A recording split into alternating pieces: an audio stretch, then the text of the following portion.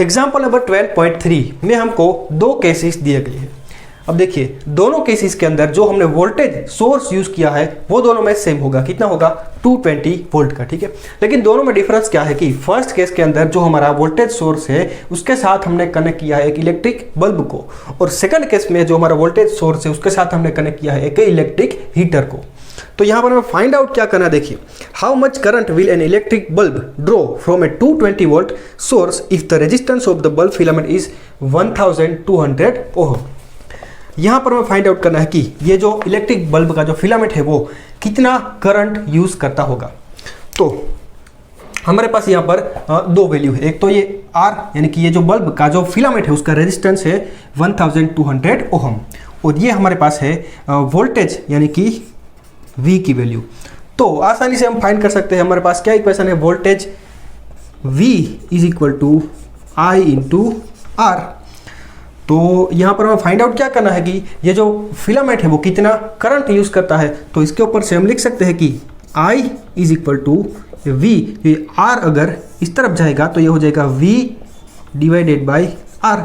तो हमारे पास वैल्यू है V की और R की, तो दोनों अगर हम रख देंगे यहाँ पर तो हमें मिल जाएगी करंट की वैल्यू। तो V है यहाँ पर 220 और R है हमारा 1200। तो ये 0 से 0 कैंसिल, और 2 से अगर हम डिवाइड करें तो 2 इंटू 11, 2 इंटू 6, तो ये 11/60, और इसको अगर हम आगे डिवाइड करें तो 11 डिवाइड बाई 6, तो 616 यहाँ पर 5, और एक पॉइंट लेकर अगर आप यहाँ 0 लगा दे तो ये हो जाएगा 6848, तो 20। तो ये आगे चलता जाएगा, लेकिन 1.8 हम ले लेते हैं, तो ये हो जाएगा 1.8, और यहाँ पर देखिए हमने सिर्फ 6 लिया था तो ये 1.8 डिवाइडेड बाई ये 10। तो फाइनली आंसर जो हमें मिलेगा वो हो जाएगा I इज इक्वल टू 0.18, और I यानी कि करंट का जो यूनिट है वो होगा एम्पियर। तो इसका मीनिंग क्या हुआ कि अगर एक बल्ब है जिसका रेजिस्टेंस 1200 ओहम है और उसको हमने 220 वोल्ट सोर्स के साथ कनेक्ट किया हुआ है, तो वो 0.18 एम्पियर जितना करंट है वो ड्रॉ करता होगा। अब यहाँ पर देखते हैं कि हमने सेम 220 वोल्ट का ही सोर्स लिया है, लेकिन जो हमारा ये इलेक्ट्रिक हीटर है उसका रेजिस्टेंस देखिए ये दोनों में अलग अलग है। तो अगर 100 ओहम रेजिस्टेंस वाला कोई डिवाइस हम लेते हैं तो उसमें हमें करंट कितना मिलता है वो हम फाइंड करेंगे।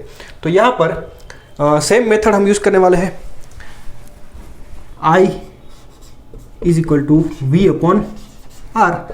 तो V की वैल्यू हमारे पास है यहाँ पर सेम 220 वोल्ट, तो 220 डिवाइडेड बाई R की वैल्यू यहाँ पर 1200 थी, यहाँ पर है 100 ओहम, तो ये 100, तो ये हमारा इसको डिवाइड करोगे तो आपको आंसर मिलेगा 2.2।